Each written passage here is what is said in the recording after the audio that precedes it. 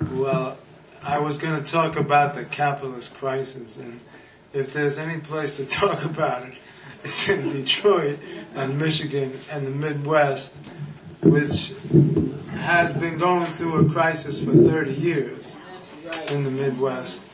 And crisis is nothing new to the working class of the Black and Latin and Asian communities in Detroit, in Michigan, Ohio, parts of Indiana, parts of Pittsburgh, and so on.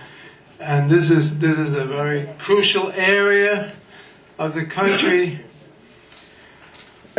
I just want to say one thing about the Midwest with a little preface. The U.S. ruling class, which is the richest, most powerful in the world, began its rise to power by driving all the native people off their lands and seizing them for nothing, with genocide. Then they cultivated those lands by bringing slaves over in ships and indentured servants.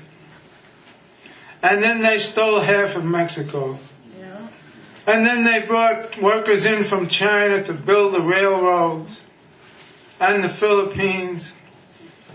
And that's how they established U.S. capitalism in its early stage.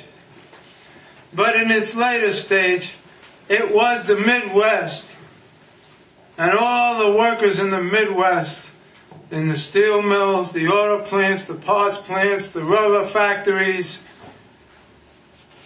every place that built up the refrigerators, the various electronic equipment on the assembly lines, that was the foundation of the next phase of the rise of U.S. imperialism, because all the wealth that was created by all these workers in the Midwest was appropriated by the ruling classes, the capitalist class, and used to dominate the world and build up a military and so on.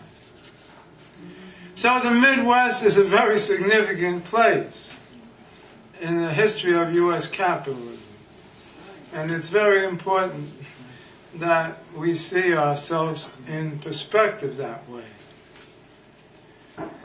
But what happened, and you all lived through this, so I'm not telling you something you don't know, but I'll just remind us of this.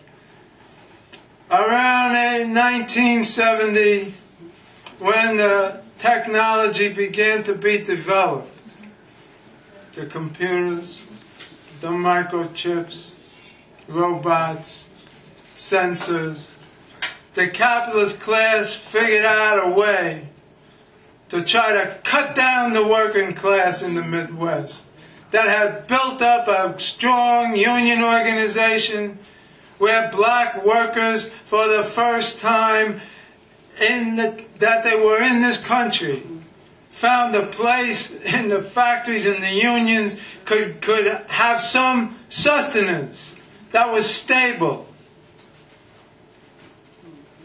But the ruling class said, no, we're not going to let that be. We're going to find ways to exploit these workers even more and break down their unions, and we're going to increase our profits. And that's what they did, and it was called reindustrialization. And everybody here must have heard about how the term Rust Belt got put into the English language, which is supposed to be the rusting plants, the old factories that were shut down by the bosses and moved out, new technology, moved out into the suburbs to break up this organized working class of the Midwest, which was the standard bearer of the class struggle for the workers in the whole country. And they broke it up through technology and through union busting, right, and with cops, and with injunctions, and with scabs. They threw everything at the workers in the Midwest. But the workers in the Midwest resisted as best they could. But they were unable to withstand this great assault on the factories and on the plants and the offices and so on. And the capitalist class was able to carry out a restructuring of industry and disperse the workers, and above all, to break up the concentrations of black workers in the urban centers who were organized and who were affected by the civil rights movement, by the black liberation movement, and those struggles were seeping into the factories where workers were organizing against racism in the plants, as well as outside in society. And the bosses said, no, we gotta undo this. And that's what they did. They took these plants apart. They sent them out to the suburbs. They sent them to Mexico. They sent them to China. They sent them everywhere in the world in order to pit workers against each other all over the world and all over the country, and break up the organizing and drive down wages everywhere. And that's the background to the present crisis, and especially to the crisis in the Midwest, because you are been in a crisis, in a bigger crisis. That's what it is. You're now part of a bigger crisis. The rest of the country is a little bit starting to catch up to the Midwest, because now everybody's being mowed down. I know that's right. And that's something that we have to take into consideration. I would like to just take a moment out so that we're all on the same wavelength when we talk about things and use terminology. There's a lot of talk about capitalism. Even the capitalists talk about capitalism.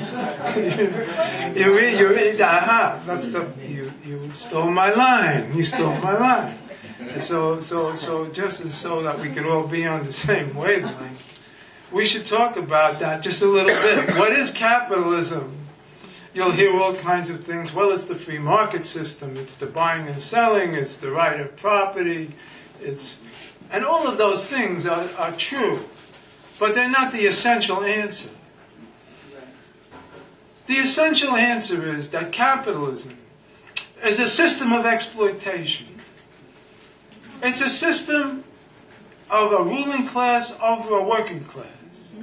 It's a system by which the working class produces the wealth and the capitalist class appropriates the wealth for themselves. That's what capitalism is. Anybody here who's had a job, maybe a lot of people are unemployed, but some people may have jobs, and it doesn't matter whether you work for the city or for a private capitalist. This is true. We're a slave class, not in the sense of chattel slavery. The chattel slavery was brutal, and the slave belonged to the slave master as an individual. The slave, master so-and-so owned 100 slaves, or 500 slaves, or 40 slaves, or 10. They were the property of the master. Under capitalism, it's a different form of slavery. They own everything needed to survive. They own the fields, the mines, the factories, the offices, the hospitals, the stores. They own it all. We own none of it. For us to survive, every day, every week, every month, we have to find one of them to buy our labor power, or we don't survive. That's what capitalism is. It's a form of wage slavery. They own us as a class collectively. We are slaves to them because they own everything that we need to live. And that's what capitalism is. You sell your labor, to a boss. That boss pays you a little more than you can have to keep you alive, if you're, quote, well paid. Maybe just the amount necessary to keep you alive if you're just paid average, or maybe a lot less than is necessary to keep you alive